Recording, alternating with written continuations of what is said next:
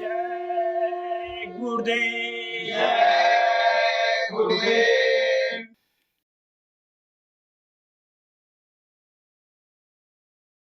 जय गुरुदेव। जय गुरुदेव।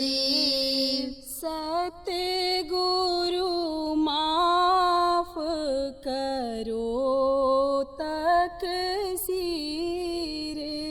सतगुरु माफ करो तकसीर।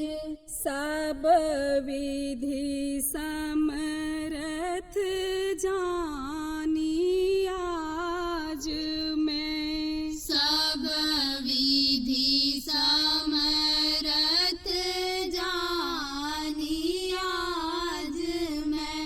आया तुम्हारे तीर।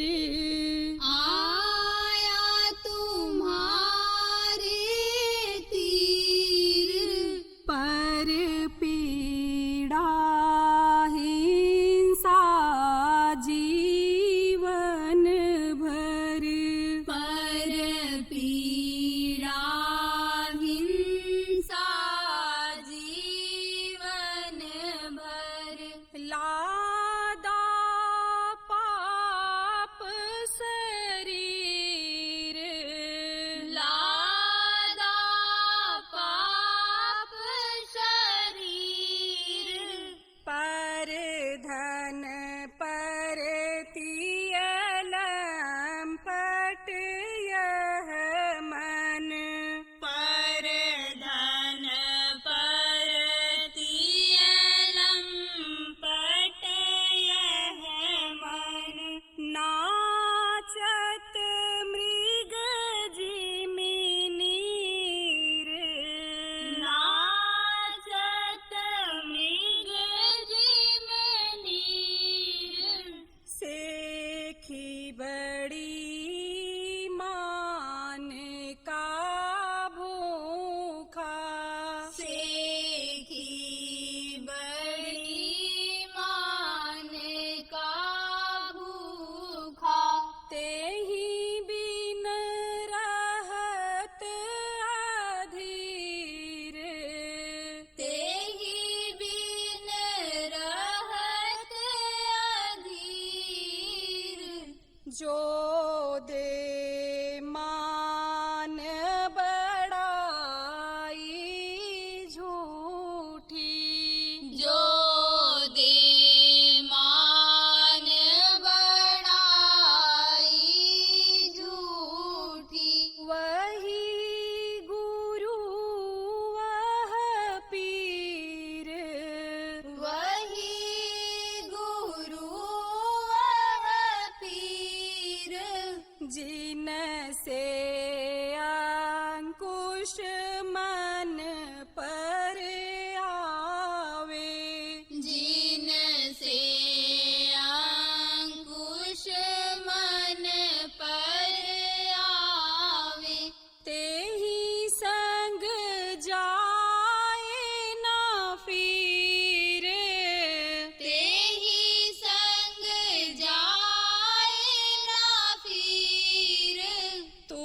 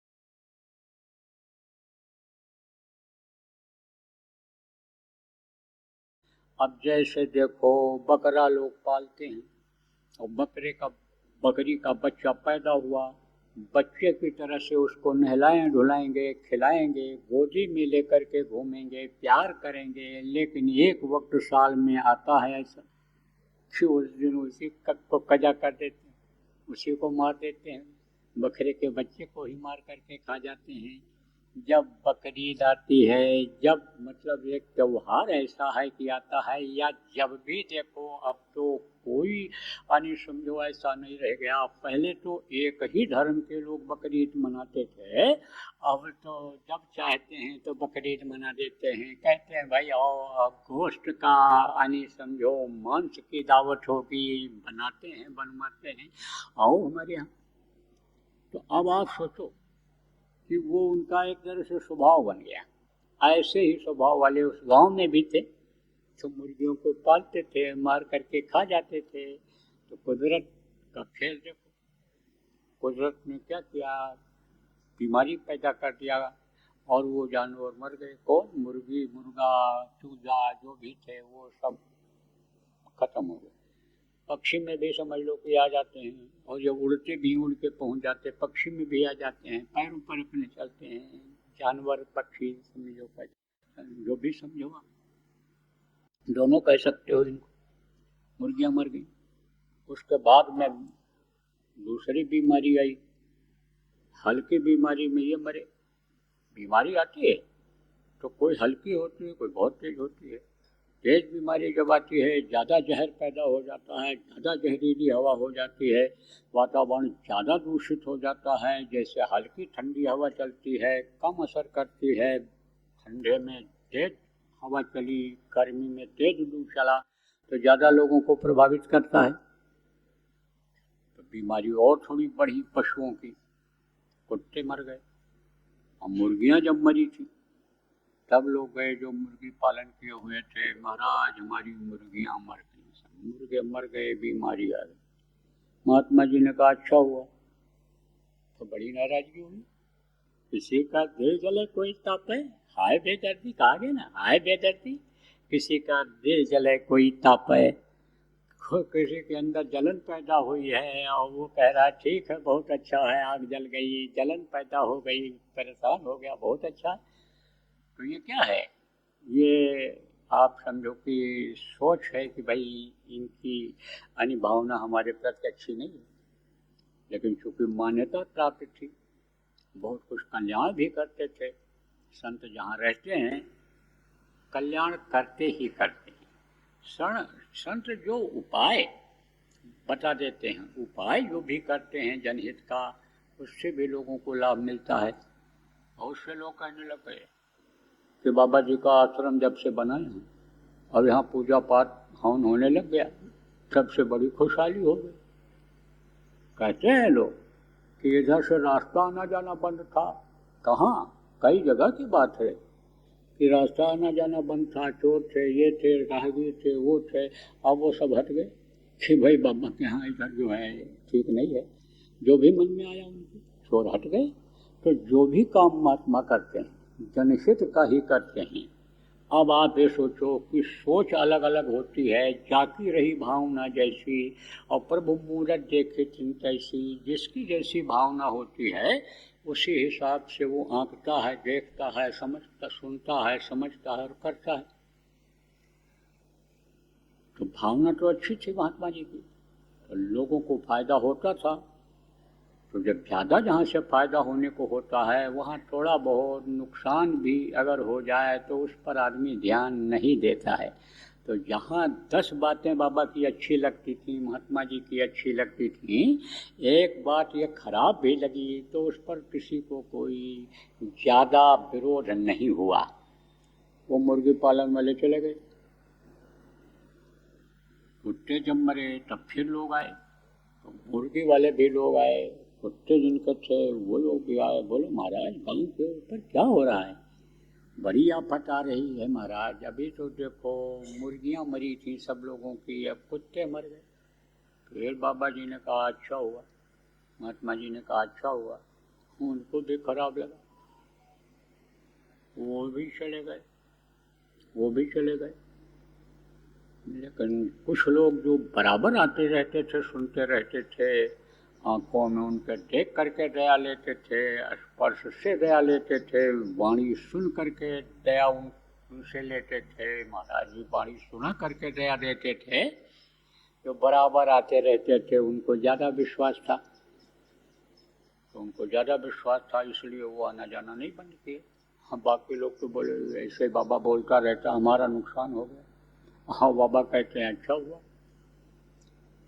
फिर क्या होता है, कुछ दिन के बाद आई आंधी, और छप्पर उस समय होते थे, ठोस कर बनाते थे लोग, छप्पर उड़ गए, आंधी में छप्पर उड़ जाते थे। तेज हवा जब चलती है तो समझो छप्पर के अंदर ऐसे भर करके छप्पर को उड़ा देती, मोटी मोटी रस्सी लगा करके छप्पर को लोग बांधते थे, लेकिन रस्सियाँ तड़ातड़ टूटती थी।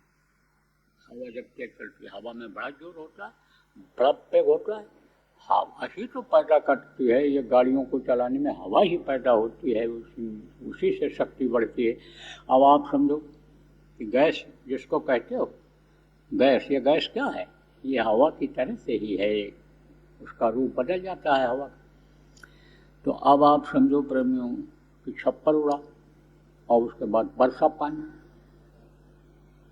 में उसकी छप्पर जब उड़ा, और फिर उसके बाद आग जो थी, पहला आग लोग जलाते थे, और जब काम खत्म हो जाता था तो उसके अंदर कंडा, गऊ के गोबर का जो बनता है, गोसा कहता है, कोई छाना कहता है, कोई कंडा कहता है, कोई गोइठा कहता है, तरह तरह से नाम है।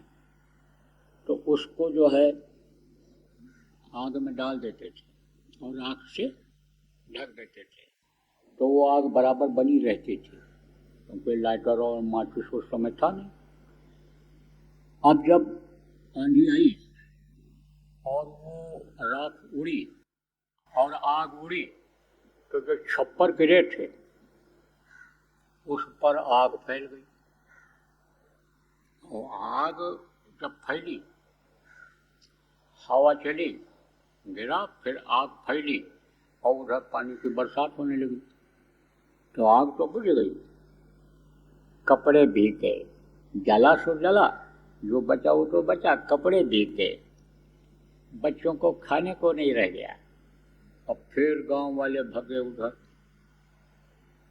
कहते हैं जब कोई भी सहारा न हो तब सहारा की खोज होती है, सहारा बनाना पड़ता है।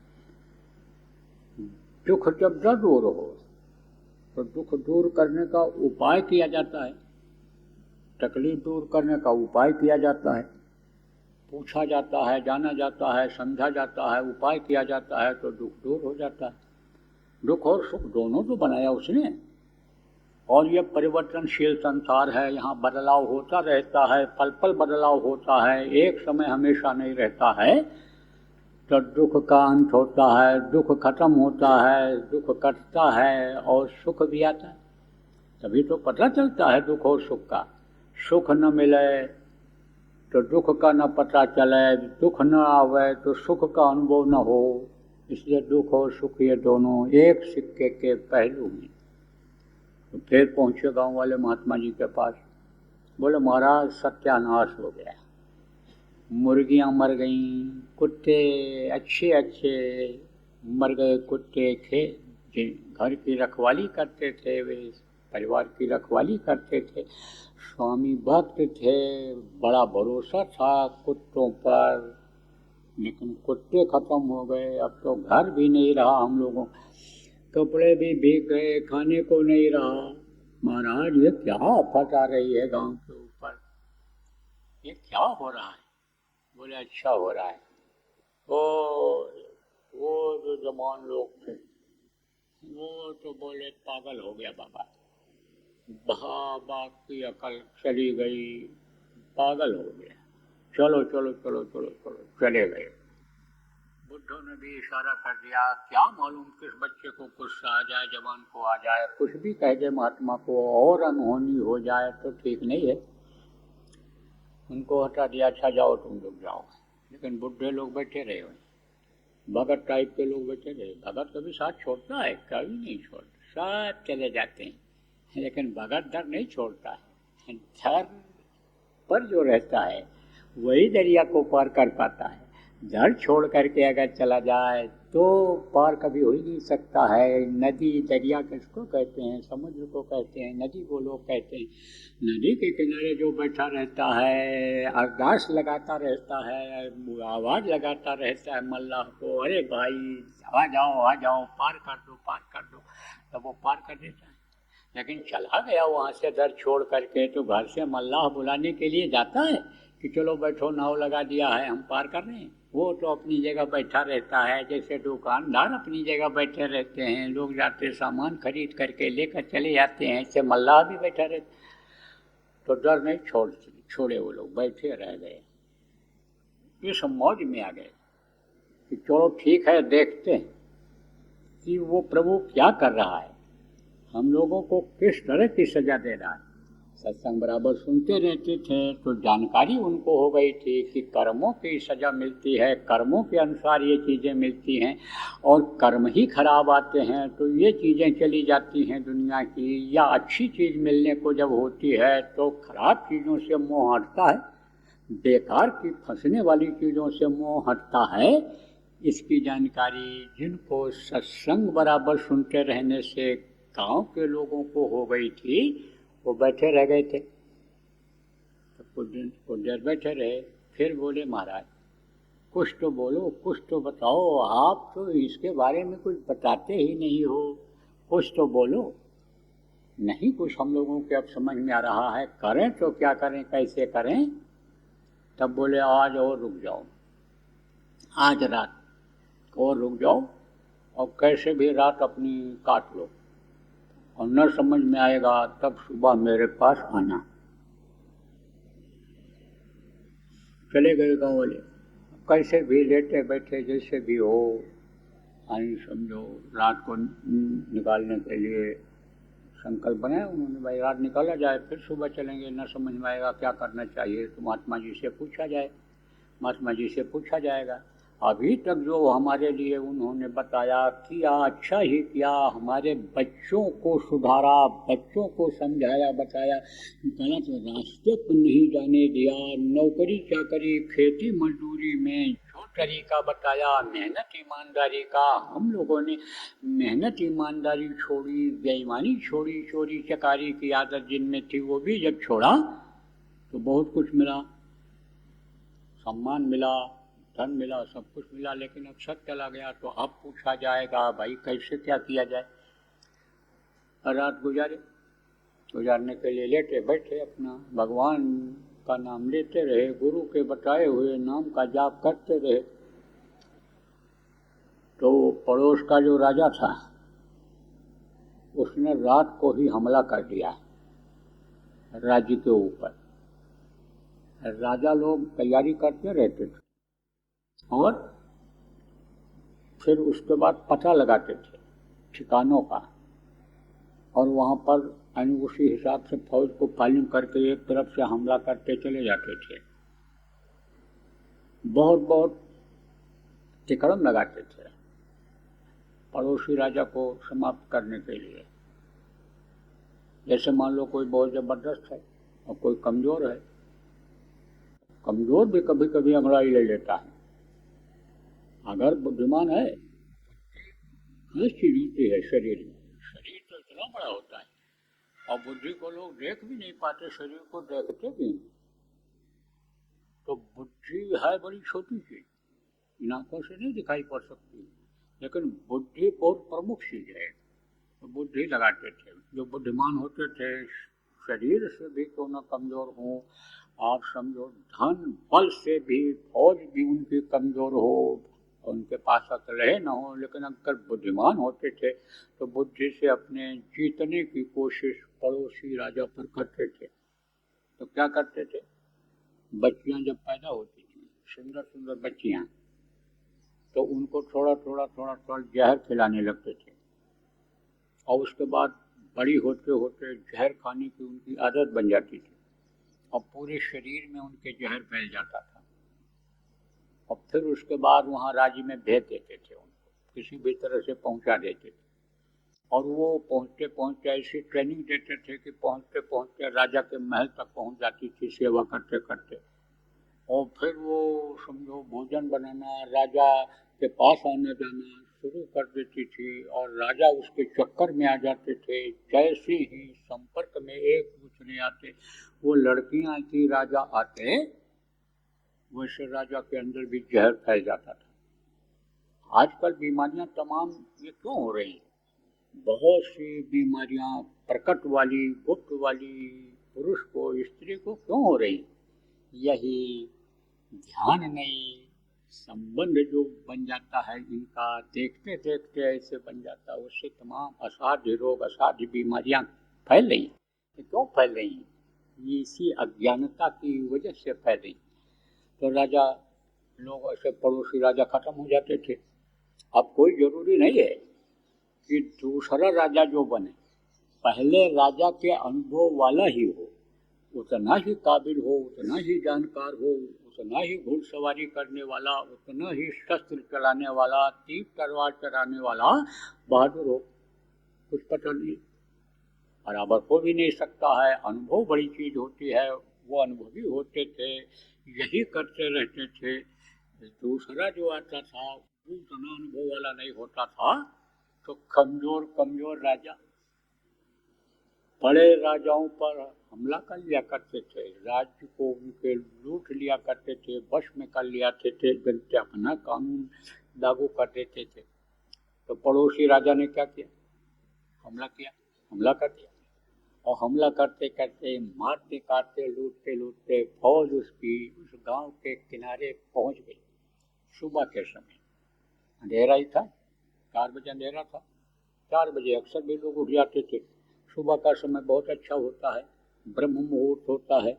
सुबह दिल दिमाग भी ताज़ा रहता है, शरीर भी आराम किया हुआ रहता है, थका नहीं रहता है, और इस धरती का मुंह भी अपने देश की तरफ रहता है। उस समय पर धरती ये चलते चलते ऐसी जगह पर पहुंच जाती है कि जहाँ से प्रभु एक तरह से नज़दीक सा हो जाता है। वो उसको देखने में, मिलने में, आवाज़ को पकड़ने में आसानी हो जाती है। जैसे बहुत से लोग एकांत खोजते थे, पहाड़ों पर चले जाते थे, नदियों के किनारे, समुद्र के किनारे बैठ करके वहाँ प्रभु को याद करते थे। और अब भी ऐसा करते हैं एकांत में बैठ करके, तो उसका वो माहौल होता है, समय होता है। तो सुबह उठ जाते थे लोग, कहाँ जाते? सबसे पहले मल त्यागने जाते थे। आदमी आज भी त्यागता है मल त्यागने, जिसको लेट्रिन कहते हो, लेट्रिन करने जाते थे। तो लेट्रिन तो थी नहीं उस समय, अपना डिब्बा, अपना बर्तन, जो भी जिसके पास मिट्टी का, कांसा, पीतल का जो भी बर्तन होता था, फूल का बर्तन, उसको लेकर जाते थे। तो उधर गए, तुअर का खेत था, अरहर जिसको कहते हो, पौधा बड़ा होता है, तो उसी में बैठ गए तुअर का खेत में। कोई देखे नहीं, ओट करते हैं ना, लेट्रिन में ओट रहता है, मतलब एक दूसरे को देखना नहीं चाहिए। तो उसमें बैठ गए। अब उधर से जब फौज आई लूट माट करते हुए, हाव हू करते हुए, तो उधर उसी खेतों के किनारे से ही गुजरी। तो देखा तो कहा पेड़ तो हैं, आबादी तो रही होगी, लेकिन न तो छप्पर दिखाई पड़ रहा है और न धुआं दिखाई पड़ रहा है। क्योंकि गांव में छप्पर में लोग रहते थे, तो जैसे घर मकान दूर से दिखाई पड़ता है, ऐसे छप्पर भी नीचे से ऊंचा रहता था तो दिखाई पड़ता था, घर ऊंचा दिखाई पड़ता था और धुआं होता था। सुबह उठ कर के जानवर जो लोग पालते थे उनके लिए धुआं करते थे कि मच्छर मक्खी इनको परेशान न करें, क्योंकि ज़्यादातर ये जो मच्छर होते हैं सुबह ही शाम तक ये परेशान करते हैं, चाहे आदमी हो चाहे जानवर हो। तो धुआं कर देते थे, तो धुआं से और धूल से ये हट जाते हैं।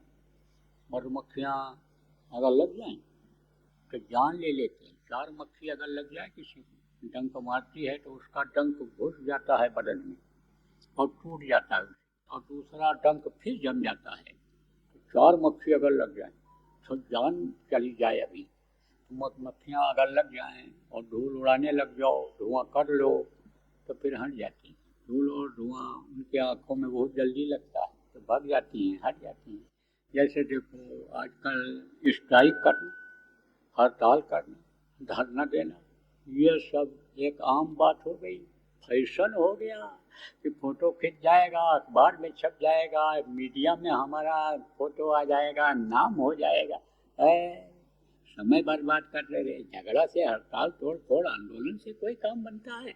सिवाय नुकसान के, समय का नुकसान होता, धन का नुकसान होता, और गुस्सा क्रोध अगर आ गया तो देश की संपत्ति अन्य तोड़ ताड़ दिया, जला दिया, तो जाता किसका है? टैक्स के रूप में हम ही आपको, छोटे लोगों को, गरीब लोगों को, अमीरों को भी देना पड़ता है, भरना पड़ता है। जैसे कहीं कोई शहर जला दिया, घर जला दिया, दूसरा बसेगा, दूसरा बनेगा, सामान आएगा, तभी तो आप लड़का लड़की का शादी ब्याह कर पाओगे, घर की ज़रूरत को पूरा कर पाओगे। तो आप ये समझो, आजकल तो लोग ये फैशन सा बने, गलती है, ये नहीं होना चाहिए, ऐसा नहीं करना चाहिए।